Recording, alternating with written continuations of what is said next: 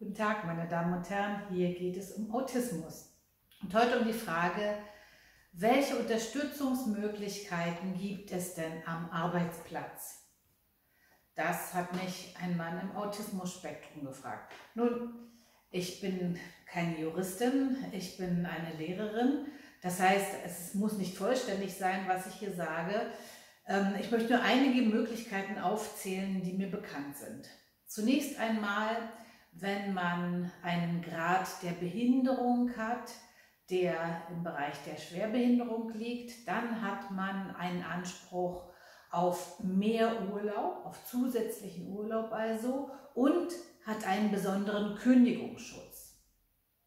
Das ist also schon mal eine Unterstützungsmöglichkeit. Dann kann man, wenn man eine Schwerbehinderung hat, vom Integrationsamt Unterstützung bekommen und auch der Integrationsfachdienst kann einbezogen werden, um die Eingliederung ins Arbeitsleben zu unterstützen und zu helfen, Schwierigkeiten am Arbeitsplatz zu minimieren.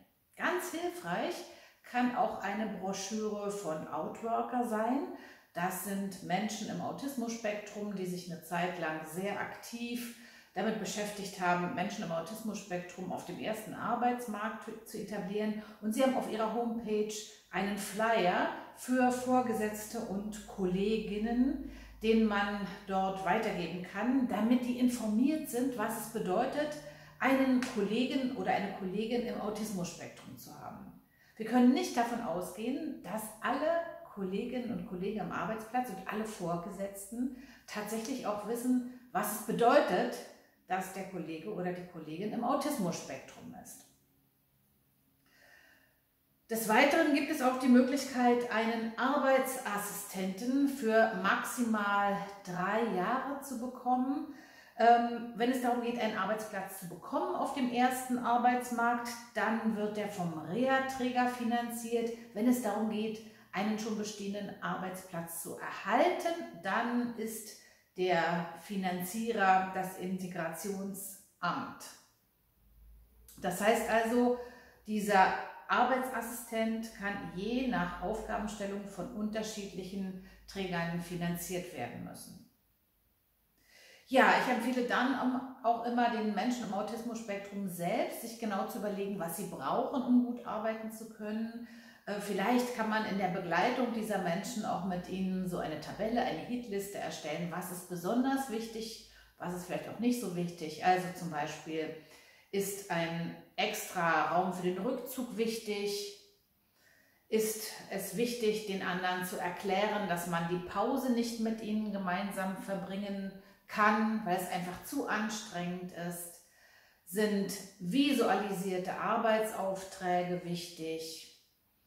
Also sich zu überlegen, was braucht die Person, um gut an diesem Arbeitsplatz arbeiten zu können und wer könnte dafür sorgen, dass das so organisiert wird.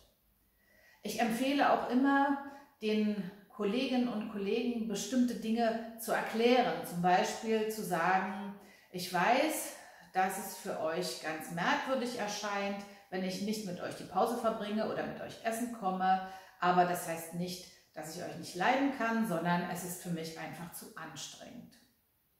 Neurotypische Menschen können sich das Verhalten von Menschen im Autismus-Spektrum nicht immer einfach erklären und so eine Erklärung kann helfen, dass sie sich nicht getroffen oder abgelehnt fühlen.